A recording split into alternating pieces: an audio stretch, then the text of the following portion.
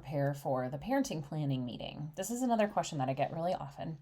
And there are several things that you can begin to think about and consider before the parenting planning meeting to make it really efficient, and to really have your thoughts together ahead of time.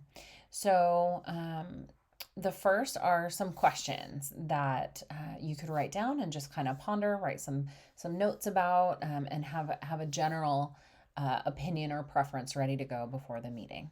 So one of those is, what type of schedule would you like? And this is in terms of ratio, so are you and your spouse planning on a 50-50 split? Is it going to look more like 60-40? There are really good baseline templates for plans of all types of ratios. And so regardless of the ratio that you are looking at, there are some templates for you to start with. Okay, what are the scheduling barriers? So does one of the spouses work odd hours, or do they do shift work? Is somebody a nurse and works 7 to 7? How does that impact childcare and childcare costs? What would you like to see in the summers? So usually in the summers, children have about 3 months off. What would you like to see happen during that time? Do you want the schedule to stay the same throughout the year?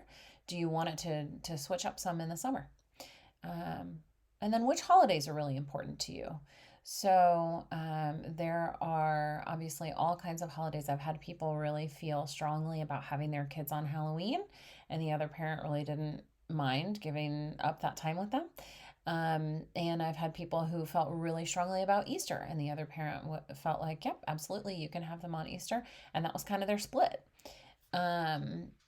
Most people tend to alternate. So if I have them this Christmas, you have them next Christmas, and so on. How much vacation time would you like to have with the kids and without the kids? So something that I'm seeing more often lately, which I think is really healthy, is parents considering how are they going to build into their parenting plan the ability to take their kids on vacation with them, and for them to have longer breaks without the kids. So 4 or 5 days or so without the kids, so that they can go and do something that makes them feel healthy and whole. Okay, so a big one is be prepared to shift in terms of the ownership of parenting tasks. So typically in a family, one of the parents runs point on the day-to-day, right? So, and sometimes that's shared equitably. Often what we see is that leans in the direction of one parent or the other. And so when I say that, I mean filling out forms for school, making sure lunches are packed. We have all of the practice schedules on the calendar, things like that. So be prepared to talk about that and really look at shifting some of the ownership of that. That usually we go through and look at, like, okay, so if Sally continues in soccer, I'll run point on soccer practices and games. I'll get those on the joint calendar so that you have access to them. And then if Bobby wants to keep doing basketball, you'll run point on that, put all of that information in the joint calendar, and we'll work from that. Okay, probably the biggest piece of advice that I have is to stay focused. So what are your biggest goals in this? Almost always what I hear from parents is that their biggest goal is that their kids come out of the divorce feeling supported, loved, like they have two healthy parents, and that they're going to have a wonderful childhood.